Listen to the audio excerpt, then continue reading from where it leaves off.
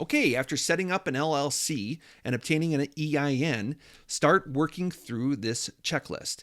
This is a long list and it may seem overwhelming, but hey, nothing on this list is rocket science. And if anything on this list is overwhelming, there are typically cheap online resources that help you get the job done. And one more note, don't analyze this to perfection.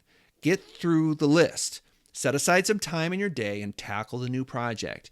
It doesn't need to be perfect to get something in place. You can return to your accounting system, your tax documents, your website development.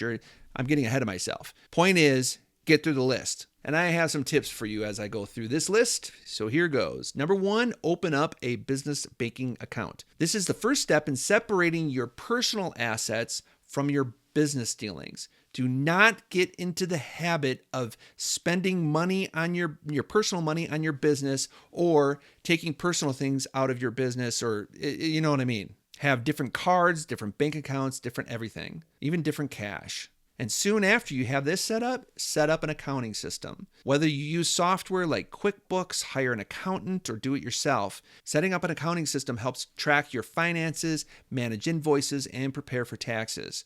Now, I hire a bookkeeper. She costs about $100 a month, but quite honestly, I'm tightening up my accounting system in the next year. I'm applying for an SBA loan, which is wagging the dog a little bit, forcing me to get my accounting numbers tighter and more accurate. 3, tax preparation. This only comes once per year, but it should be prepared for all year long.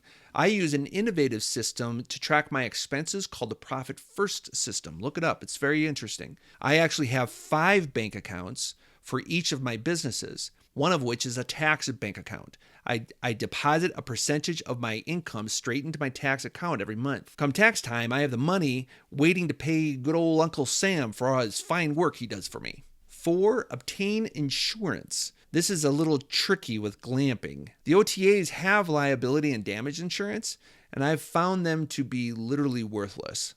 I have had direct, provable, egregious damage to my property, and Airbnb, HipCamp, Vrbo consistently downplay the damage and don't cover a thing. I haven't had a liability claim yet, but seriously, that's what loses me sleep. If someone were to get seriously hurt and come after me and my assets, that could be overwhelming. I just recently converted my very simple liability insurance to a more robust business insurance through my local agent. It took a little while. Underwriters look at you like you have 3 heads when you start explaining the glamping operation you're running. But I eventually got a solid plan that I pay $2,800 per year or $230 per month to give me peace of mind in case I'm ever sued. 5, social media. At minimum, get a Facebook page set up and post some pictures. You can consider Instagram too as a photogenic community to help promote your business. I have an X account, LinkedIn, YouTube, and Nextdoor accounts also, and I try to keep these updated as much as possible. 6, a website. This is probably the most overwhelming to most folks, but it's not impossible. I build and host several websites, Monument Glamping being the one of my glamping operation.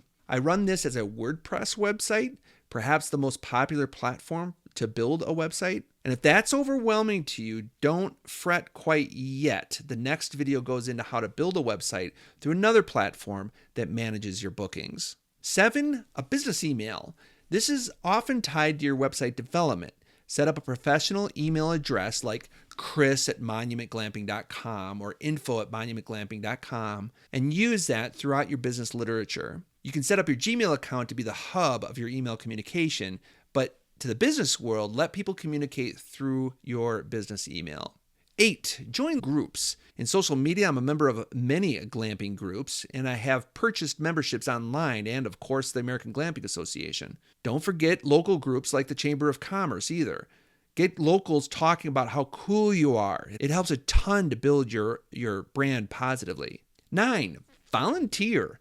Don't just join the groups, but volunteer where you can. Wendy and I volunteer for a local food shelf. We unload trucks and monitor food distributions, but we always come back with excess food. It's called gleaning, to use a biblical term, and we are always blessed more than the time we put into it. And I personally volunteer for our community news newspaper, a small newspaper that comes out free to every resident in northern El Paso County. I cover the Town of Monument's 2 town hall meetings every month. I can't tell you how much I've gleaned, there's that term again, from watching and reporting on the meetings, and it's helped me understand local politics more than anything. 10, network. This aligns to the previous 2 steps pretty nicely. B2B, or business to business relationships, will go a long, long way in everything you do in your glamping business. I donate free stays and coupons to area charities. In fact, just now I'm in talks with a local mental health counseling group interested in setting up a corporate retreat with her counselors and staff. We're on their minds, and deals are just waiting to happen for your glamping operation. So, you set up your official LLC business, and you're moving forward to making an impact in your community. But what about the actual listings? Like the tent you're putting up in your yard. What do you do with that? Well, that's the next video. Let's go.